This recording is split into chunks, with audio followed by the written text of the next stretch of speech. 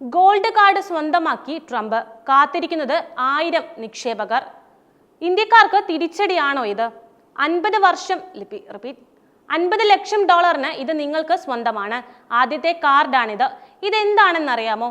ഇതാണ് gold card. Statue of ലിബർട്ടിക്കൊപ്പം സ്വന്തം ചിത്രം കൂടിയുള്ള ഗോൾഡ് കാർഡ് ഉയർത്തിക്കാട്ടി American president Donald Trump air force വണ്ണിലിരുന്ന മാധ്യമപ്രവർത്തകരോട് പറഞ്ഞു.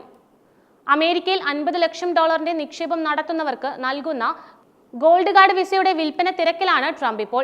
നിലവിൽ അമേരിക്ക വിദേശ നിക്ഷേപകർക്ക് നൽകി വരുന്ന 10 ലക്ഷം ഡോളറിന്റെ EB-5 വിസക്ക് ബദലായാണ് പുതിയ ഗോൾഡ് കാർഡ് വിസ ട്രംപ് അവതരിപ്പിച്ചിരിക്കുന്നത്.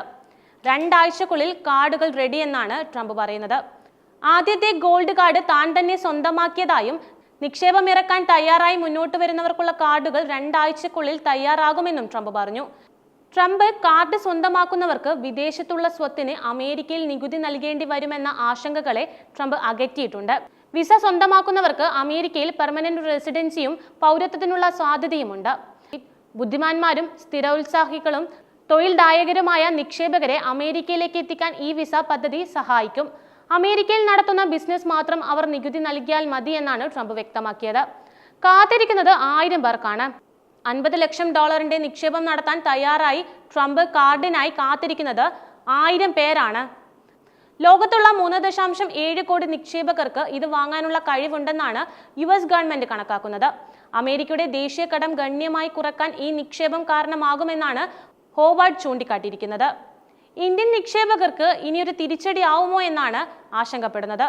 കുറഞ്ഞ നിക്ഷേപത്തിൽ അമേരിക്കയിൽ ഗ്രീൻ കാർഡ് ലഭിക്കാൻ സഹായിച്ചിരുന്ന EB-5 വിസ നിർത്തലാക്കുന്നത് ഇന്ത്യൻ നിക്ഷേപകരെ ബാധിക്കുമെന്നാണ് ചൂണ്ടിക്കാണിക്കുന്നത്. 10 ലക്ഷം ഡോളറിന്റെ നിക്ഷേപകർക്കാണ് EB-5 വിസ ലഭിച്ചിരുന്നത്. അത് H-1B വിസയിലേക്കുള്ള എളുപ്പമാർഗമായിരുന്നു.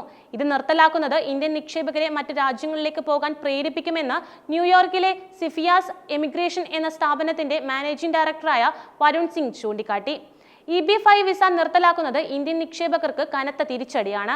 അമേരിക്കയിലെ റിയൽ എസ്റ്റേറ്റ്, ടെക്നോളജി സെക്ടറുകളിൽ ഇന്ത്യക്കാർ നിക്ഷേപം നടത്തുന്നത് ഈ വിസ ഉപയോഗിച്ചാണ്.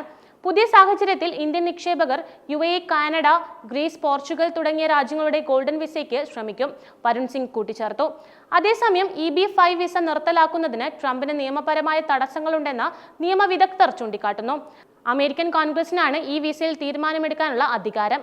എങ്കിലും രീതിയിലുള്ള മാറ്റങ്ങൾക്ക് കോൺഗ്രസിന്റെ അംഗീകാരം ആവശ്യമാണെന്നും നിയമവിദഗ്ധർ വ്യക്തമാക്കി. ഏതെങ്കിലും രീതിയിലുള്ള മാറ്റങ്ങൾക്ക് കോൺഗ്രസിന്റെ അംഗീകാരം ആവശ്യമാണെന്നും നിയമവിദഗ്ധർ വ്യക്തമാക്കുന്നു. 2026 സെപ്റ്റംബർ 30 വരെ EB-5 വിസയ്ക്ക് നിയമപരീക്ഷയുണ്ടെന്നും അതിനിടയിൽ വിസ റദ്ദാക്കിയാൽ ട്രംപ് നിയമ നടപടികൾ നേരിടേണ്ടി വരുമെന്നും എമിഗ്രേഷൻ മേഖലയിലെ വിദഗ്ധർ ചൂണ്ടിക്കാട്ടി.